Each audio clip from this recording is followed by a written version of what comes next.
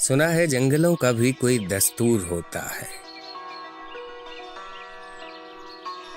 सुना है शेर का जब पेट भर जाए तो वो हमला नहीं करता, दरख्तों की घनी छांवों में जाकर लेट जाता है।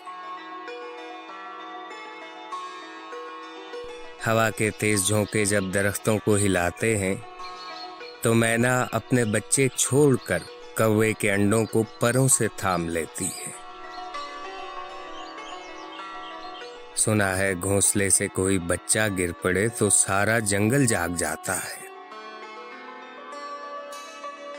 सुना है जब किसी नदी के पानी में बए के घोंसले का गंदुमी साया लरसता है तो नदी की रुपहली मछलियां उसको पड़ोसी मान लेती हैं।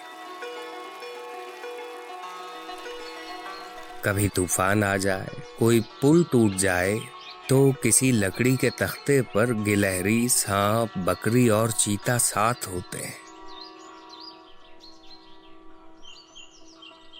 सुना है जंगलों का भी कोई दस्तूर होता है।